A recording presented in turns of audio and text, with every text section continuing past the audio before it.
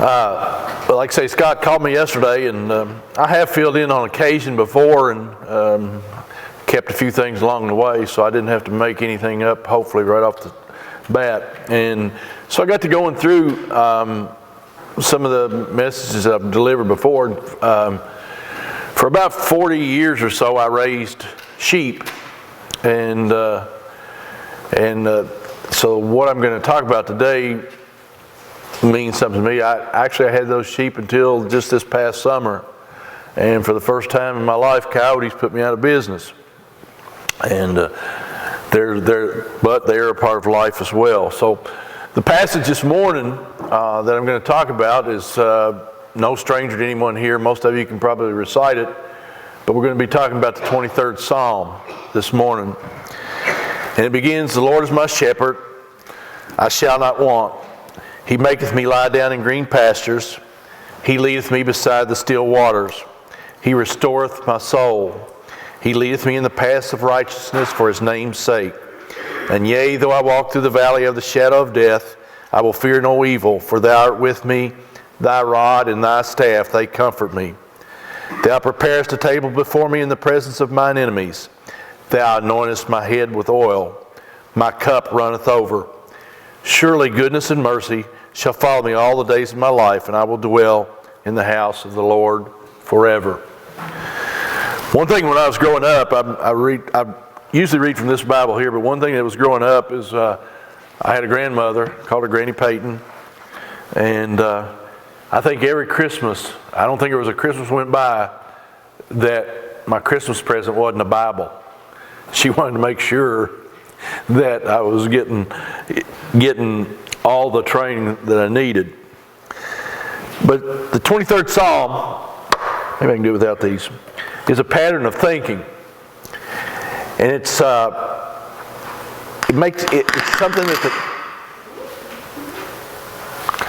that the human mind becomes saturated with in a new way. He gives us a new, and if we look at it, it's a new way of thinking and a new way of life that results from this. This psalm contains only 118 words, and most of you probably already know it. Most of you can probably recite it. But the power is not necessarily in memorizing the words, but the power is in thinking the thoughts of the 23rd Psalm. It represents a positive and a hopeful faith approach to life. And these words were written by David.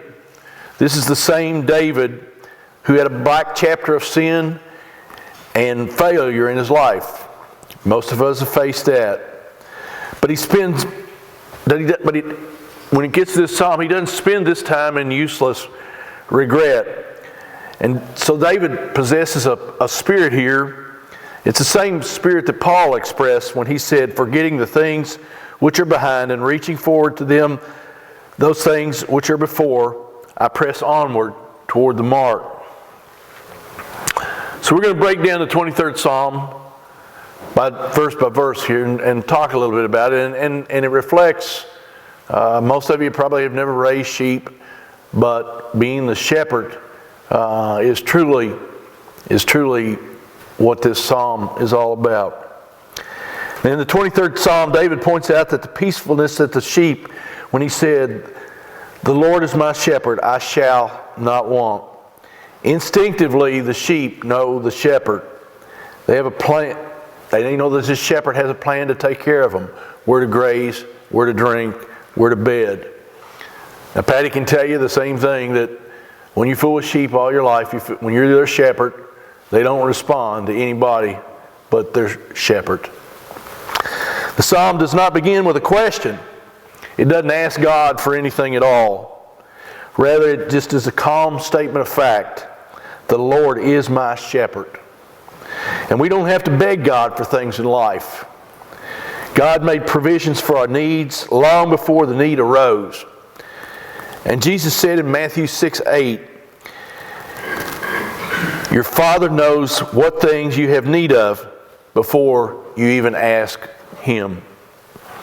Now, the greatest source of human worry, the biggest thing that most all of us worry about the most, is what's going to happen tomorrow. But we need to realize that all life comes from God. And that includes my life, and that includes yours. God kept his faith with the fowls of the air and the grass of the field. And if he does that for these low life that in our situation today, if he takes care of the fowls and the small animals and the grass of the earth, he certainly will do the same for each of us.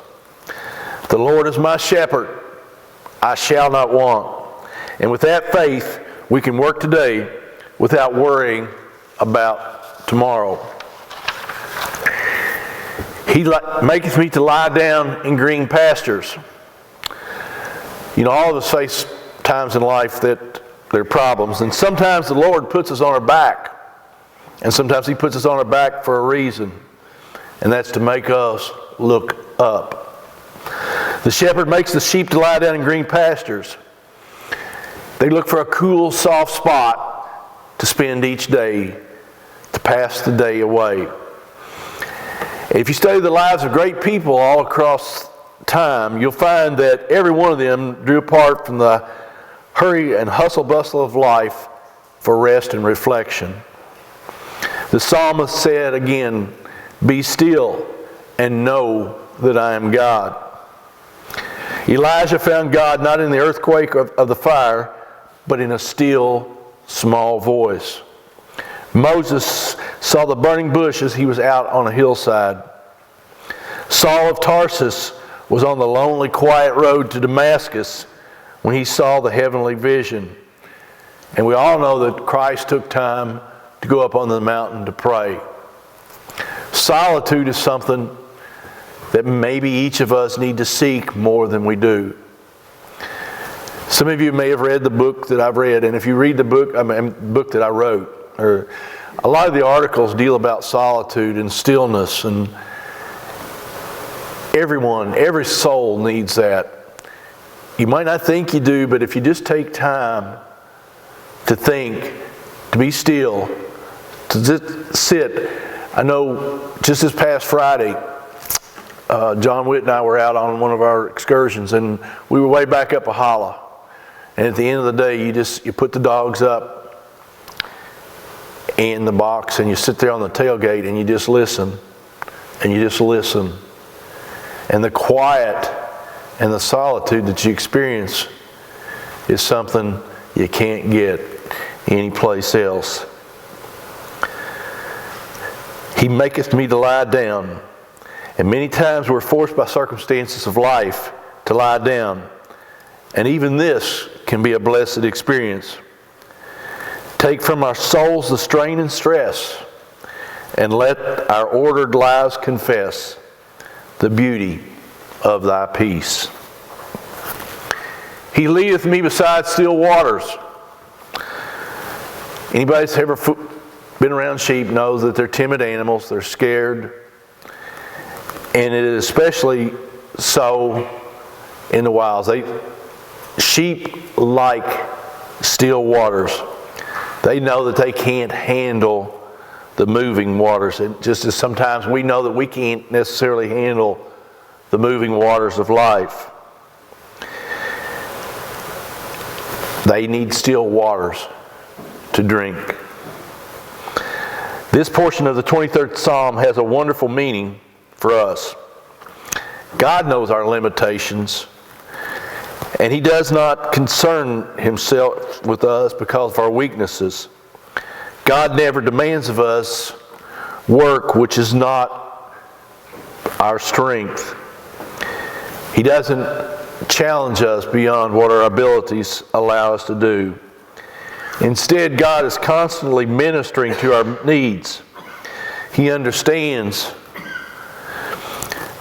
the loads that our shoulders bear. He also knows what it takes for us to relax and to reload. And just picturing still waters relieves tension on our lives.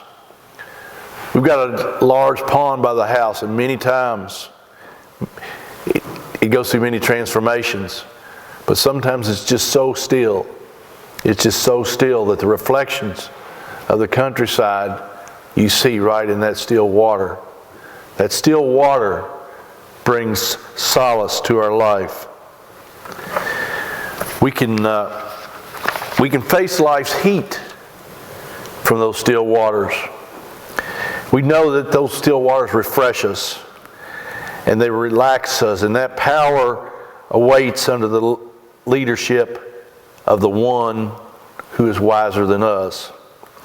And as this palm saturates us, saturates our mind, it gives us assurance that peace is at hand.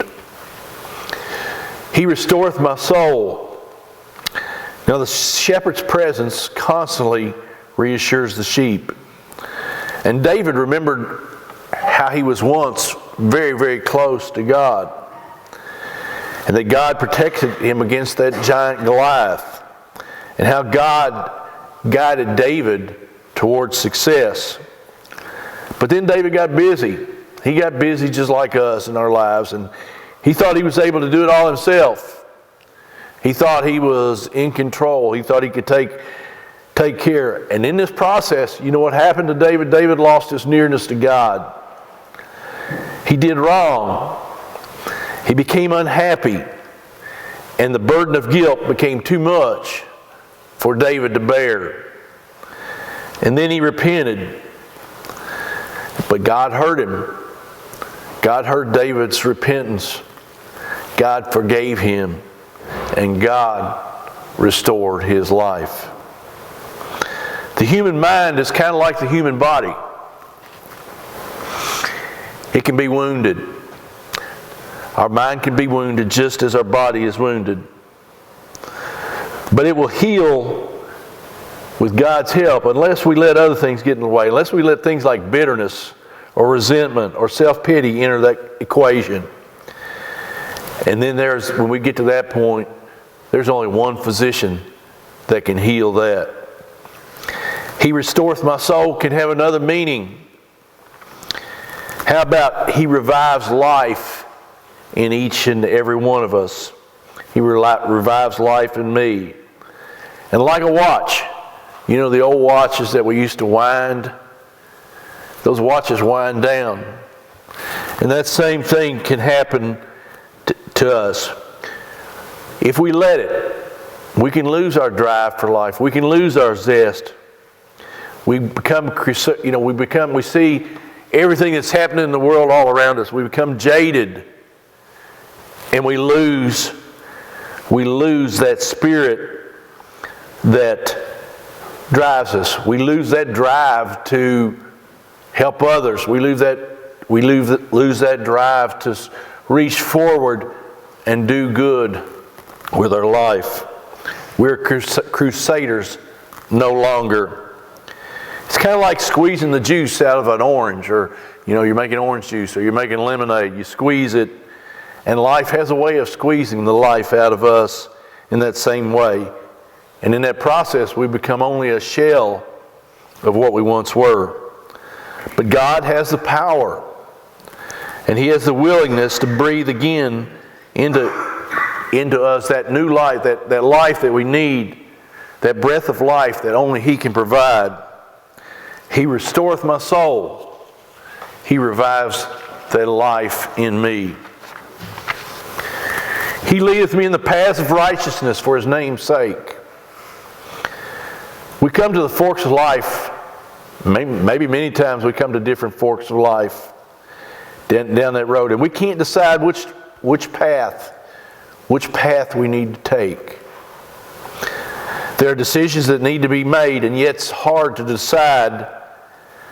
It's hard to decide which path to take.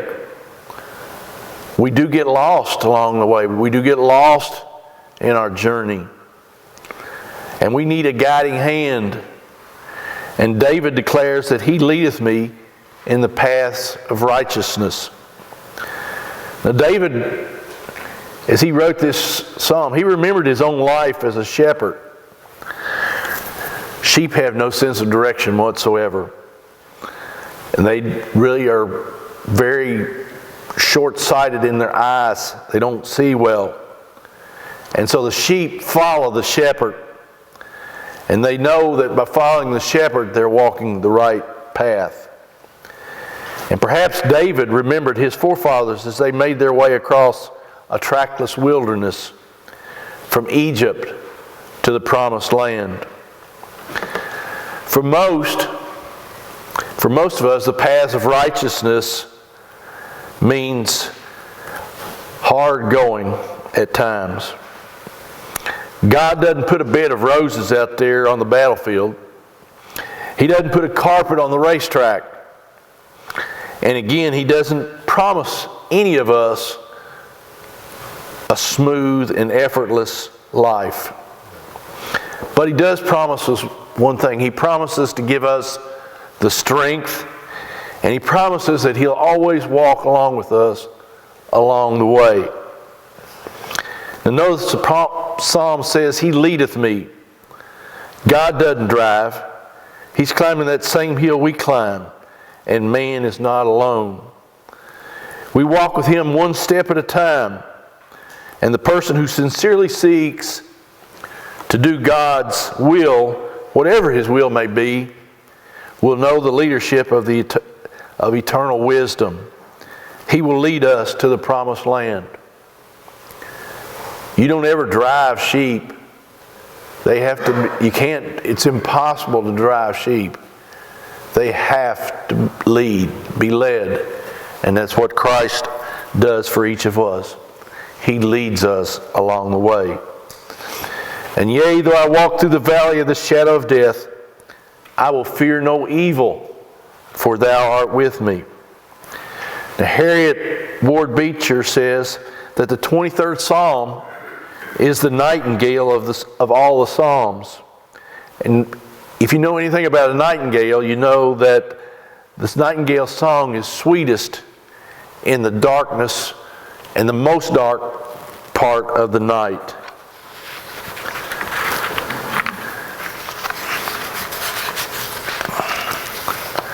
Now, for most of us, the most terrifying thing that we face, the most terrifying darkness that we face, or we have gone through with others, and that is death. And death is the most terrifying fact of life for most everyone. Now, the Basque sheep herder describes that the actual valley of the shadow of death in Palestine. He talks about that valley. It leads from Jerusalem to the Dead Sea, and it's a very narrow and it's a very dangerous pathway through the mountain range. And the sheep are in danger of falling, and they're in danger of endangering their lives if they don't follow that shepherd along the way. But in following that shepherd, they know that they're safe because that shepherd leads the way home. And so it is in the dark faces or the dark places or the dark corners of our lives. We're compelled to pass through many dark corners as we travel through life. And death is but one of these. There are many others darkness that we come across. How many of you have experienced disappointment? Or how many of you have experienced anger beyond belief? Or how many have had bitterness? Or how many of you face loneliness each and every day? Well, what we need to do is to quit struggling with all those little details of life for just a while. Just stop and listen to the quiet around you, and you'll feel God's presence, and you'll feel a calm and a sense of being that you haven't felt before. Wherever my pathway leads, I will try to be like David and try to be not afraid, for Thou art with me. There's power in His presence. Thy rod and Thy staff, they comfort me.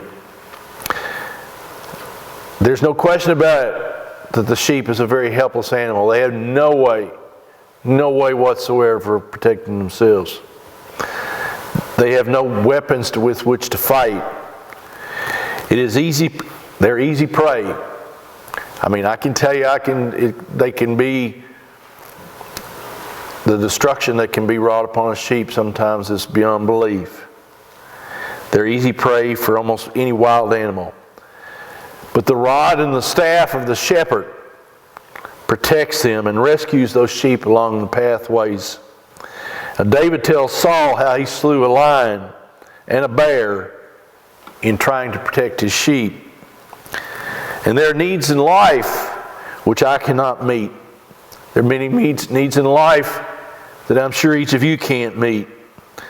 But we find comfort when we sing a song that says, "A mighty fortress is our God, a bulwark never failing." Now, God is my salvation. God's your salvation. So what do we have to fear? Thy rod and thy staff.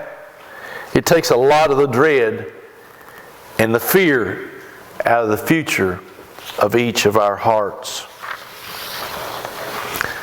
Thou preparest a table before me in the presence of mine enemies. In the pastures of the Holy Land, there existed poisonous plants. Some of these plants that livestock can eat can be fatal. And sheep have tender feet. There's thorns that can hurt them along the way. And it can penetrate their pads. But the shepherds eliminated the troubles for these sheep. They eliminated those weeds from the pastures. And the sheep were safe to graze. Now we constantly practice this watch. How many of you, almost everyone in here has been a parent. And how many of you realize that you never, ever stop watching over your children? No matter how old they grow to be, you're always watching the path for them and trying to clear those poisonous plants, those obstacles out of the way for each child. Now, in all of our communities today, we know that drugs are a serious problem. And the vigilance from all is the one solitary hope that we have. It's not enough for a farmer to plant a field. It's not enough for him to put the seeds in the ground. Because if he doesn't eliminate the weeds, then the seeds will never grow. And that's the same way with the Spirit of God in our hearts. The Spirit of God must crusade within each of us. We need to not only preach the gospel, we need to destroy the enemies. And we must make sure that we are more than piously good. We must try to live our lives the way that Christ would have us to live them. The saying that we hear a lot now is WWJD. What would Jesus do? And so we keep that in our minds and in our hearts. And in the Lord's Prayer prays, lead us not into temptation. And so as we move through life, we know that there will be many enemies seeking to destroy us. Many temptations to distract our journey along the way. And we have all experienced the fear of failure. And we experience the fear of falling and not reaching the goal that we're looking out ahead. But the shepherd of men is out ahead of us. That shepherd can assure us that we have the protection of his strength. Thou anointest my head with oil, my cup runneth over. Anybody's ever watched a football game, anybody's ever stepped on a football field knows it's a pretty tough game. And if you play it, at some point in time, you might as well expect that you're going to get hurt. And you know, it's the same way with life. If you play life, you're going to get hurt. If you live it, you must expect to experience that hurt somewhere along the way. That's just the way that life is, that we travel the path of. And David said, Thou anointest my head with oil, my cup runneth over. Now the sheep, or the shepherd, always examines, if you got one that's limping, if you got one that's wrong, that's off its feed, the shepherd is always examining his sheep to see if they're hurt. And he's always out there to provide a soothing oil or a soothing gel or whatever it takes to take care of that hurt. And remember back when you were a child, when you smashed that finger when you skinned that knee, when you had a cut, what was the first thing that you did? We'd come running to our mamas, and that mama would kiss that hurt away. And then you know what? Just from being around mama, that mystic healing and her loving concern seemed to make it all better. And we're older now. We're older children now. But we can still get hurt. We can experience a broken heart. We can have a conscience that aches. We can become discouraged. We can become tired in our journey of life. And the burden sometimes can seem unbearable. But, and there's always the but, we have that tender shepherd who understands this hurt that we experience as we travel through life. And He's ever ready to minister to that hurt and see us along the way. Jesus said, He calleth His own sheep by name. You know, I kind of like that. Knowing the name makes me feel important. And the power of the Holy Spirit then becomes my power. Surely goodness and mercy shall follow me all the days of my life. Now David wasn't a youngster when he wrote the 23rd Psalm. He was an older man. He had seen the tragedies and disappointments of life, but he also knew that he had come to know God in a very, very real way. He came to know God, and he realized that God knows the needs of His children. And he worships a God who can restore life and a God that can take away fear. And in spite of the dark clouds on the horizon, with a God like David knew, with a God like that, he knew that whatever may come along the way, the sun would shine tomorrow. And so when our minds are filled with the pictures of the loving shepherds leading His sheep, we feel confident that we have a God that can lead us each and every day. This was before my time, but in studying history, we always come across the fact that Franklin Roosevelt will be remembered for the hope that he brought to a hopeless nation at that time. So let's begin each day. Let's start our day with the words of another psalm. This is the day which the Lord hath made. We will rejoice and be glad in it. And surely goodness and mercy will follow, and I will dwell in the house of the Lord forever. Now be it ever so humble, there's no place like home. You can travel the world, you can be a world traveler, but there is nothing that feels better than coming home. And the words of that special song there ring true to all of us. It must be heartbreaking. It has to be heartbreaking to be a homeless person with no thought of where home is.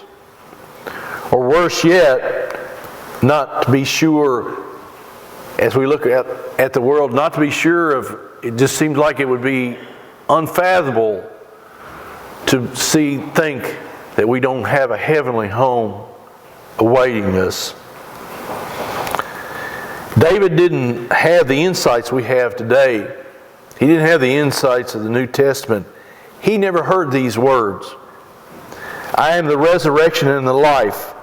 He that believeth in me, though he were dead, yet shall he live.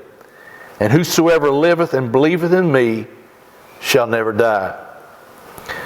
Now just knowing intimately a God like that that's described in the 23rd Psalm, the God that David talks about, that gives us assurance that at the close of the day, David would go home and we would go home with him. I came across this little story here we're going to end up with today. it says the story doesn't know where the source comes from, but it tells of an old man and it tells of a young man, and they're on the same platform, maybe like up here. It was part of a special program, and as a part of the program, each was to repeat from memory, which I'm sure each of you can do. Each was to repeat from memory the words of the 23rd Psalm. Now, the young man was trained, and he was a great orator. And he knew speech techniques. He knew how to project himself. He was a silver tongue, and he began with those words, "The Lord is my shepherd," and went on with the 23rd Psalm. And when he finished, the audience clapped their hands and they cheered and they asked him to return again so they could hear his wonderful voice. And then it was time for the old gentleman to step up to the platform. And leaning heavily upon his cane, he stepped into the thing and in a much softer voice said, "The Lord is my shepherd." And when he had repeated that psalm, there was no sound that came from the audience at all. It seemed almost like folks were praying.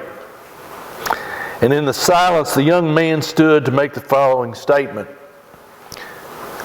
He stood in front of that audience that he had so eloquently spoke before, and he said, "Friends, I have an explanation. You asked me to come back and repeat the psalm, but you remained silent when my friend here was seated. There's a difference." He said, "I'll tell you what that difference is." He said, "I know the psalm, but he knows the shepherd." And perhaps the figure of the shepherd in the flock may mean little to the modern city dweller. Very few people today have a concept of what it takes to raise sheep. Yet, in today's world, if ever there was a time we needed a shepherd, it's right now. People are afraid of people. People are afraid of governments. People are afraid of other people. And people are even afraid of themselves.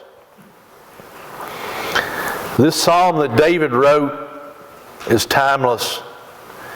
It's been across generations for years and years and years. And there's no telling how many times this psalm has been repeated by